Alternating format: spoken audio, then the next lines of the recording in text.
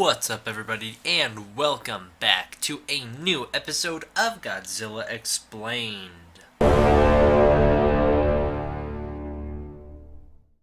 And today we are going to be answering a question that came straight from Nightmare Goji. No offense here, but when I very first read your comment, I laughed at it, because the comment is, could you please explain the Godzilla timeline? And I thought that was just something that everybody knew. I thought that was something that all Godzilla fans would know of. It's Godzilla's timeline. I mean, it's pretty straightforward, isn't it? But then the more I started to think about it, I realized that not all of it really adds up. There's a lot of things going on here with Godzilla's timeline. It's not as straightforward as I once thought it was. See, the way I thought about it when I very first read this comment, the reason that I thought it was kind of a laughable, pass-off kind of comment, is because I thought about it like this. Well, the Showa universe is just one straight line. The Heisei universe is kind of convoluted, although I do have a theory about that we'll get into in the next episode. The 98 universe is on its own, and then the Millennium universe is just a whole bunch of anthology films, so it's pretty simple, isn't it? But then I really started to think about it, and as you guys can see from on screen here, the timeline is a whole lot more complicated than we once realized.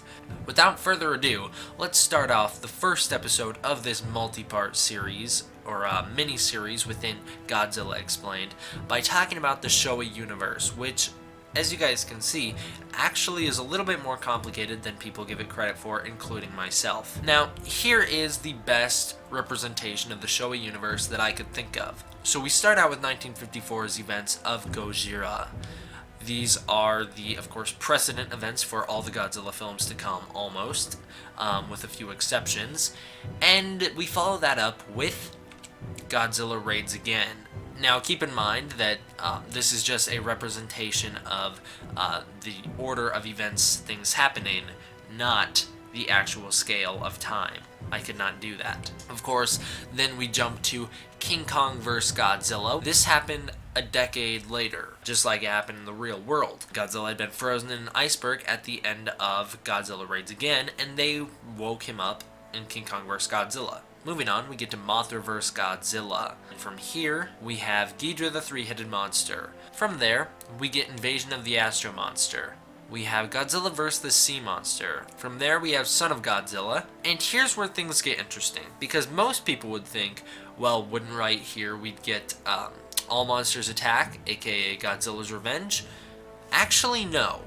See, the reason that the timeline diverges right here is because All Monsters Attack is its own entity. It's its own thing. It belongs in a separate universe. Godzilla's Revenge, All Monsters Attack, pitches itself in a universe where Godzilla is a fictional creature. Although this is never directly said in All Monsters Attack, it is heavily implied with the way Ichiro idolizes them, the way he dreams himself on Monster Island, which in a real world you would not do. There's other things that hint at the fact that this takes place in an alternate universe, not only the fact that it's never mentioned again, but also the fact that it's a clip show of previous Godzilla movies, which leads us to believe that that can only be happening because the little kid is dreaming about the Godzilla movies that he's seen. So that takes place in its own universe, and we never follow up on that universe. In the actual Godzilla universe, we have Godzilla vs. the Smog Monster, Godzilla vs. Hedorah, Godzilla vs. Gigan, Godzilla vs. Megalon, Godzilla vs. Mechagodzilla, Terror of Mechagodzilla. Now yes, there is one movie missing here. That is because Destroy All Monsters takes place in the year 1999, the futuristic date of 1999. Now yes, although this is technically the 9th Godzilla film, it is the last in the Showa series. It's as simple as that. Now, some of you guys might be wondering, well, what about King of the Monsters? Does that fit in anywhere? Not really. That one's just kind of floating around on its own. It takes place in an alternate history of 1954 almost, in the 1956 events of that movie with Raymond Burr thrown in there. So there's quite a bit of differences. It's its own thing. Now, of course, the Showa universe wouldn't be complete if we didn't mention all of the other spin-off type movies that still were in canon to the universe. You have your Rodans, Mothras, Varans, War of the Gargantuas, and all the rest. That's not to say that those are the only ones that take place in this Godzilla Showa universe. Those are just the best, in my opinion.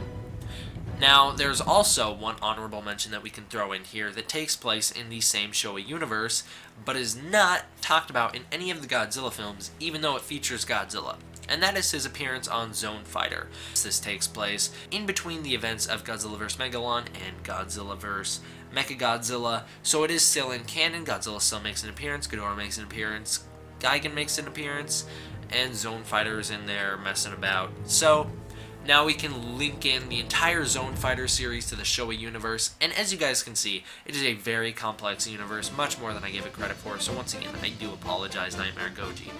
Hope you guys tune in for next episode, where we will be talking about the timeline of the Heisei series. Yes, this one is the most heavily debated timeline in Godzilla history, the most misunderstood, and I have a theory that could fix it all.